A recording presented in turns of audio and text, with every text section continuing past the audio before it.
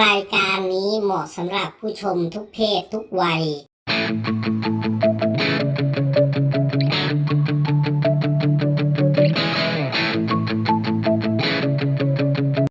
ครับพบกับช่องตะสองฟิชชิ่งแล้วนะครับ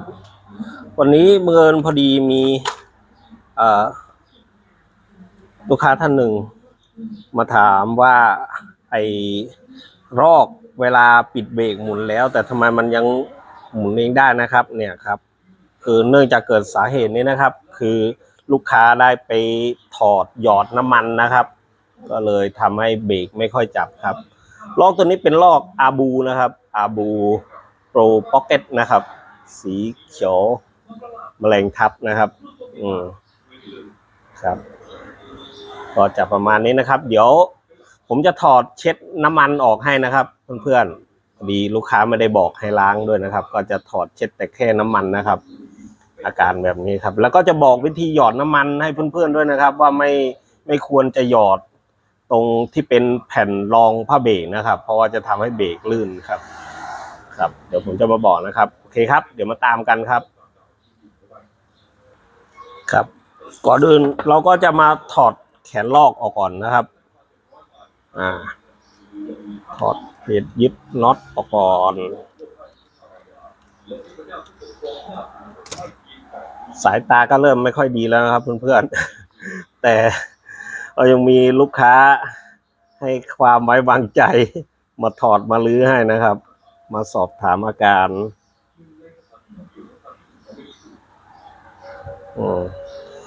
จริงๆก็ถ้าจะให้ดีผมก็แนะนำให้ลูกค้าควรเช็ดควรล้างบ้างนะครับลอกเขาจะได้อยู่กับเราไปได้นานๆหน่อยครับค่อยๆถอดค่อยๆลื้อนะครับเพื่อนๆอุปกรณ์เขาจะเล็กหน่อย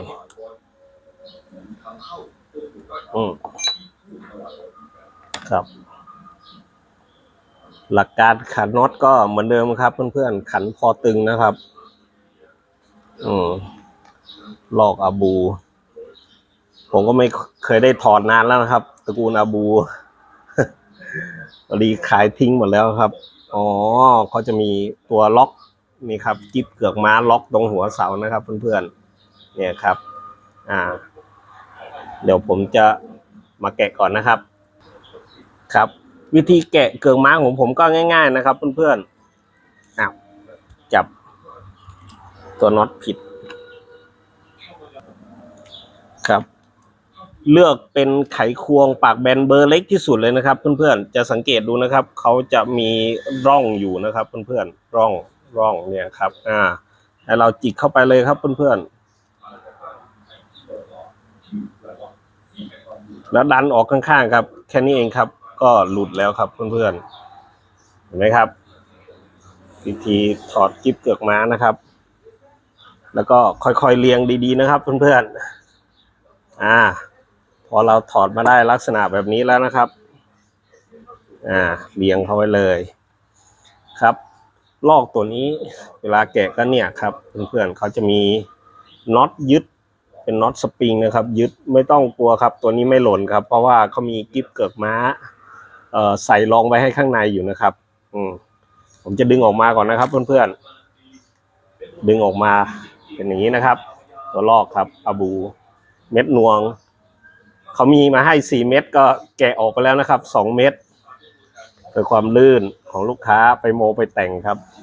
ผมก็จะดึงแกนสปูลเดี๋ยวดูก่อนนะครับว่าดึงออกได้ไหมถ้าดึงออกไม่ได้ก็เหมือนเดิมครับนี่ผมจะคลายสตาร์ออกก่อนนะครับคลายสตาร์ออกก่อนก็ไม่ใช่อะไรครับก็ดีกว่าอยู่ว่างๆแล้วก็ได้ถอดลอกให้ลูกค้าผมก็เลยทำเป็นคลิปลงไว้ให้เลยดีกว่าเผื่อจะเป็นประโยชน์กับเพื่อนๆนะครับในการเมนเทนแนนซ์ลอกของตัวเองนะครับครับเพราะว่าหลักๆถ้าจะเอามาฝากผมทำคือสายตาผมเริ่มไม่ค่อยดีแล้วครับเพื่อน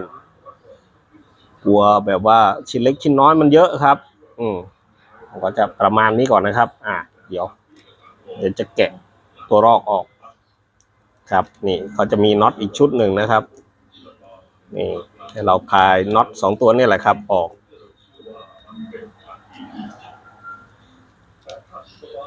การขันน็อตกับขันเอาแค่พอตึงก็พอนะครับพอตึงมือ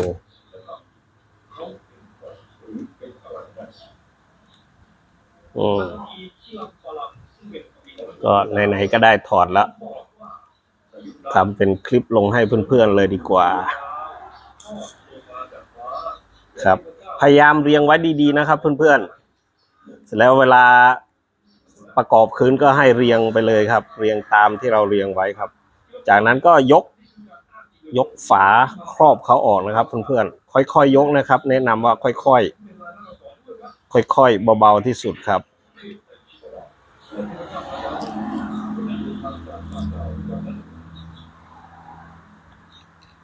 เดี๋ยวนะครับครับหลังจากที่เรายกออกมาแล้วครับตัวลอกรุ่นนี้นะครับเพื่อนๆตัวลอกรุ่นนี้เวลาแกะเขาต้องให้แกะฝาปรับคอนสปูลออกด้วยนะครับเขาจะมีตัวยึดแกนสปูลอยู่นะครับเพื่อนๆนี่ครับตัวยึดแกนสปูลไม่งั้นดึงไม่ออกนะครับนี่แหละครับที่ผมบอกว่าลอกแต่ละตัวคือเขาไม่ค่อยจะเหมือนกันนี่นะครับที่ลูกค้าบอกว่าเนี่ยครับที่ว่ามันลื่นครับเบรกไม่ค่อยอยู่เพราะอย่างนี้แหละครับเรามาหยอดน้ำมันในตรงนี้ครับน้ำมันหัวเสาเสร็จแล้วน้ำมันจะใส่เข้าไปในห้องผ้าเบรกนะครับทำให้เราเบรกไม่ค่อยอยู่นะครับก็หลักๆนะครับเพื่อนๆเวลาเมนเทนแนนซ์ลอกตัวเองก็ส่วนตรงนี้ที่เป็นเฟืองขับตัวนี้นะครับกับเฟืองพินเนียนเกียร์ผมแนะนำว่าให้เพื่อนๆใช้จาระบีเอาแล้วกันครับมันก็มีจาระบีอยู่หลายตัวนะครับอย่างทุกวันนี้ที่ผมใช้ผมก็ใช้ซุปเปอร์ลูปอยู่นะครับสำหรับใส่เฟืองครับหรือถ้ายังไงมันก็พอๆกันกับเกรดที่เขาใส่ลอกนะครับส่วนที่เป็นน้ำมันอย่างน้ำมันความหนืดต่ำหน่อยผมก็จะหยอดตามพวกร่องเขานะครับร่องเนี่ยกลไกของเขาครับอันนี้ความหนืดต่ำนะครับส่วนที่เป็นน้ำมันไฮสปีดตัวนี้จะเอาไว้หยอดพวกลูกปืนนะครับตัวนี้ครับแยกกันใช้งานครับหลักการก็สังเกตง่ายๆไอ้หนืดต่ำนี่ก็มันก็จะไม่ค่อยใสเท่าไหร่ครับแต่ตัวที่เป็นไฮสปีดเขาจะใสๆเลยนะครับเพื่อนๆเอาไว้หยอดลูกปืนครับโอเคครับเดี๋ยวผมจะมาถอดเช็ดนะครับครับหลังที่เราถอดเข้ามาออกแล้วนะครับเนี่ยครับเนี่ยเคอะเลยครับพวกจาระบีพวกน้ำมันก็เดี๋ยวผมก็จะทำการเช็ดให้นะครับเช็ดแล้วก็ใส่เข้าไปคืนแค่นั้นแหละครับก็ใช้ได้แล้วครับก็เวลาที่ผมเช็ดผมก็จะเป็นกระดาษเช็ดชู่เนี่ยครับเช็ดออกนะครับเพื่อนๆนี่แหละครับที่ทำให้เขาลื่น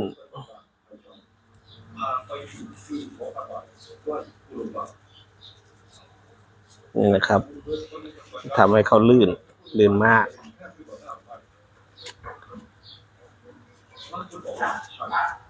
ครับก็จะประมาณนี้แค่เช็ดเขาออกเฉยๆนะครับเพื่อนๆเดี๋ยวผมเช็ดก่อนนะครับครับหลังจากที่เราเช็ดจนแห้งแล้วนะครับเดี๋ยวเราจะมาประกอบเข้าไปคืนนะครับแค่ถอดเช็ดนะครับเช็ดเอาน้ำมันออกแต่เวลาผมประกอบเข้าไปคืนผมก็จะใส่จาระบีให้เขาไปด้วยนะครับเป็นจาระบีเคลือบเฟืองนะครับนี่ตัวนี้ครับเดี๋ยวผมจะมาประกอบเข้านะครับก็อย่าลืมนะครับเพื่อนๆเช็ดทำความสะอาดให้หมดเลยนะครับเช็ดเอาคราบน้ำมันออกให้หมดเลยนะครับเพราะว่าตัวพวกนี้แหละที่ทำให้เบรกลื่นนะครับเพื่อนๆเขาจะมีจาระบีเอาไว้แต้มพวกแผ่นผ้าเบรกอีกตัวหนึ่งนะครับแต่ของผมใช้เกรดนี้ก็ยังใช้ได้อยู่นะครับแต่เป็นการทาแบบบางๆนะครับเพื่อนๆโอเคครับเดี๋ยวผมจะมาไล่ประกอบไปทีละตัวละกัน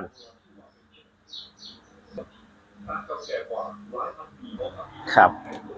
เดี๋ยวพอดีไม่มีใครจับกล้องให้นะครับเพื่อนๆอย่าลืมไล่ประกอบไปทีละตัวนะครับไม่รู้ว่าเห็นหรือเปล่านะครับเดี๋ยวจะค่อยๆประกอบไปแล้วกันครับอันนี้คือผมเช็ดคราบน้ำมันออกหมดแล้วนะครับ ก็จะไล่ประกอบลงไปคืนนะครับครับแผ่นกดเรียงไปเลยนะครับเพื่อนๆหลังจากเราเรียงครบหมดแล้วนะครับผมก็จะมาเต็มจระบีให้เขาครับ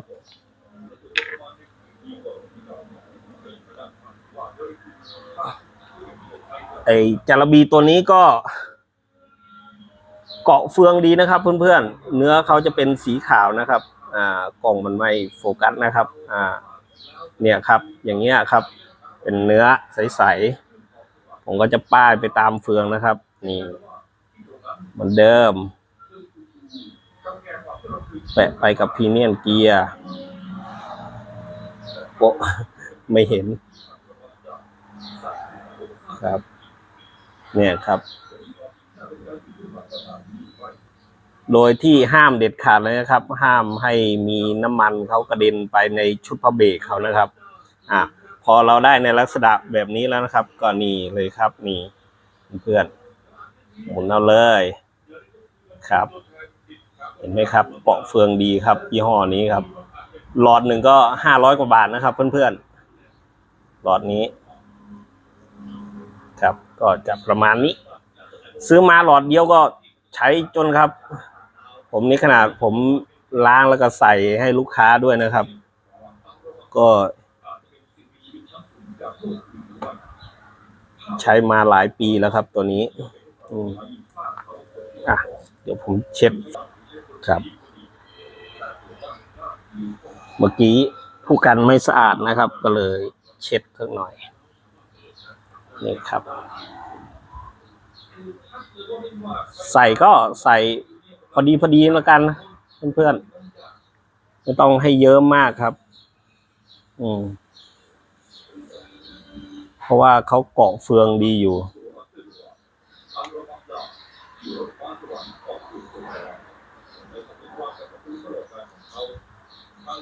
นี่ครับผมอาจจะทำไม่ค่อยเห็นนะครับเพื่อนๆยังไงก็ติดตามกอดูแล้วกันครับโอเคครับเดี๋ยวครับทำงานไปด้วยขายของไปด้วยนะครับเพื่อนๆแล้วมากดสต็อปไปก่อนเมื่อกี้ก็จะประมาณนี้แหละครับเพื่อนๆนี่ครับแต่ที่จริงถ้าลูกค้ามีเวลาว่างก็ลองมาทิ้งไว้ให้ล้างนะครับมันจะได้ใช้งานได้ดีขึ้นนะครับแนะนำให้ล้างครับต่อไปเราก็จะมาประกอบเข้าคืนนะครับเพื่อนๆเหมือนเดิมค่อยๆไล่ประกอบไปทีละตัวนะครับนี่แหละครับคือผมอันนี้อยู่นะครับเพราะว่าเท่าที่ผมแกะผมคิดเลยนะครับว่าลูกค้า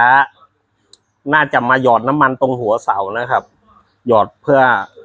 ลูกค้าอยากให้ลอกของตัวเองลื่นนะครับแต่ที่จริงนะครับตัวเนี้ยผมไม่แนะนำให้หยอดน้ำมันนะครับหรือถ้าว่าลอกของเพื่อนๆมันตรงนี้มันเป็นลูกปืนรองเสานี่นะครับผมแนะนำว่าให้ยกลูกปืนมาเสร็จแล้วหยอดน้ำมันเสร็จแล้วเบิร์นน้ำมันออกนะครับแล้วค่อยใส่เข้าไปคืนครับไม่แนะนำให้หยอดนะครับเพราะหยอดน้ำมันจะไหลเข้าไปในห้องเบรกนะครับนั่นแหละครับเป็นสาเหตุที่ว่าเบรกไม่อยู่นะครับเบรกไม่ติด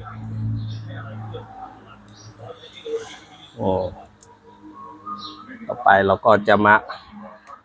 ขันเข้าคืนนะครับประกอบเข้าคืน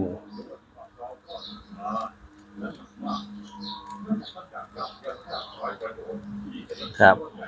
หมุนน็อตก็หมุนพอตึงมือนะครับ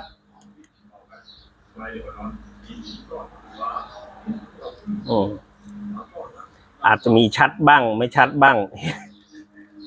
ก็ดูตามมาแล้วกันครับ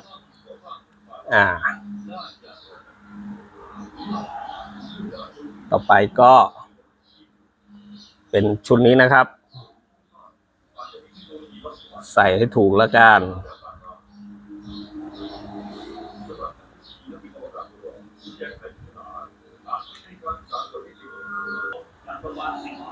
ครับเลี้ยงให้ถูกนะครับเพื่อนๆเลี้ยงให้ถูกอย่าใส่ข้ามขั้นตอน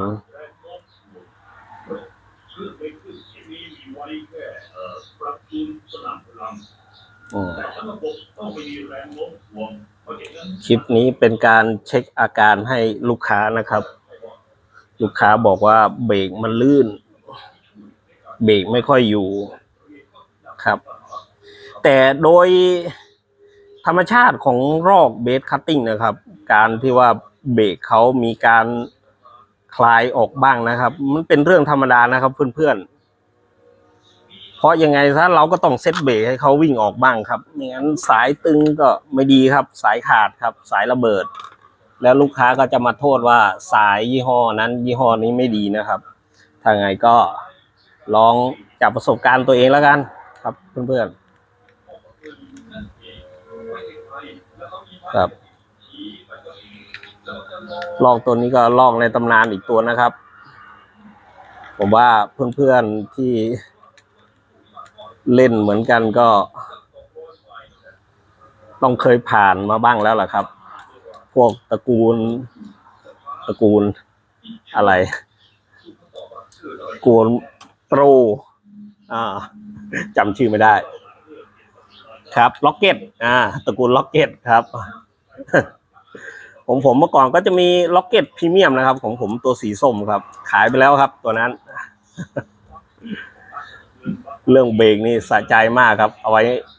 เล่นปลาบ่อโดยเฉพาะครับ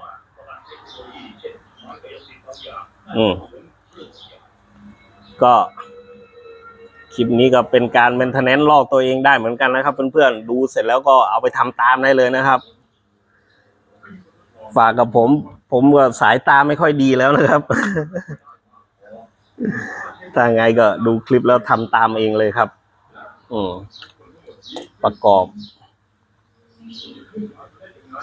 บคืนให้ตรงนะครับเพื่อนๆแล้วนี่ก็เหมือนกันครับเพื่อนๆชอบใส่ผิดกันนะครับคือไม่ใช่คว่ำลงอย่างนี้นะครับ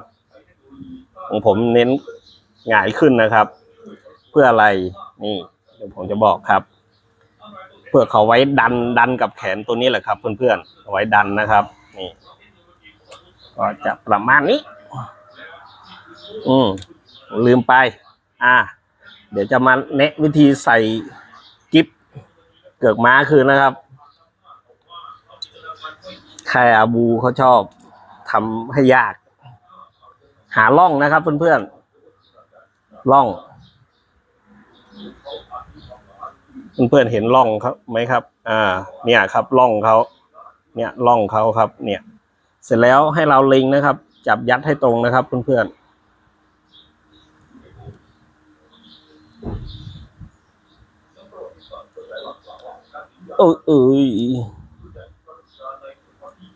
พอเพื่อนๆวางได้ตรงปั๊บ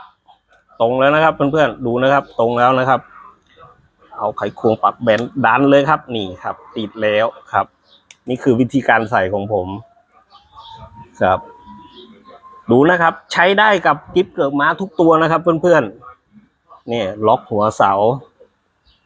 เขามีระบบล็อก2 ชั้นนะครับคาบูจริงๆชั้นเดียวก็อยู่แล้วนะครับใช้ได้กับกิ๊บเกือกม้าตัวไปก็คือเขาจะมีสลักยึดนะครับทุกตัวเลยครับใช้วิธีการนี้เลยนะครับเพื่อนๆใส่เพราะถ้าใช้วิธีอื่นผมเห็นว่ากิ๊บเกือกม้าเขาง้างก็นี่ก็หลายตัวแล้วนะครับงานงอกเลยครับแล้วก็หลังจากนั้นก็ขันน็อตหัวเสาเอาแค่พอตึงนะครับเพื่อนๆเน้นว่าเอาแค่พอตึงแล้วก็ดูครับมีเพจยึดอีกต่างหากครับ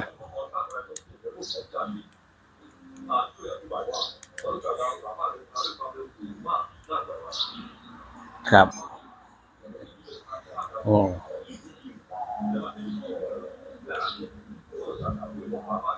ค่อยๆทำนะครับเพื่อนๆค่อยๆทำ ไม่ต้องรีบนะครับ อุปกรณ์ชิ้นเล็กชิ้นน้อยเขาเยอะนะครับเพื่อนๆ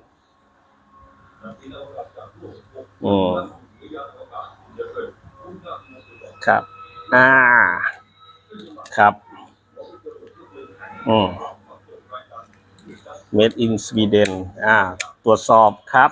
นี่ตรวจสอบครับแล้วก็มาประกอบเข้าคืนนะครับเพื่อนๆ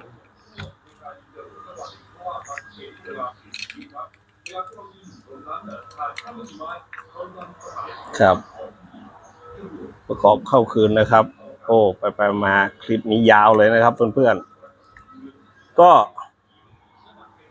ให้ตรงร่องเขานะครับเขาจะมีร่องของเขาแล้วก็วิธีการขันยึดฝาลอกของเขาก็ผมแนะนำว่าใช้มือก็พอนะครับเพื่อนๆไม่มีหลุดหรอกครับใช้มือเอาครับสมมุติว่าเวลาเพื่อนๆไปตีเสร็จแล้วมันมีการแบบว่าเหยื่อหนักเหยื่อเบาหรือไม่ก็ตีสวนลมอย่างน้อยเพื่อนๆไม่ต้องหาเครื่องมือมาถอดนะครับแค่เอามือหมุนเอาก็ได้แล้วครับในการตั้งปรับหน่วงครับเนี่ยครับก็จะประมาณนี้ครับหลังจากนั้นก็ให้เพื่อนๆไปตั้งหน่วงเอาเองนะครับครับจบไปแล้วครับกับงานที่ลูกค้าบอกว่าน้ำมันเข้าไปในห้องผ้าเบรกนะครับเพื่อนๆครับ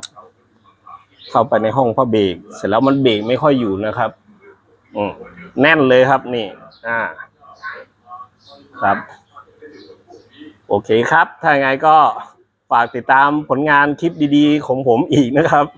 โอเคครับจบไปครับอีกหนึ่งงานครับสวัสดีครับ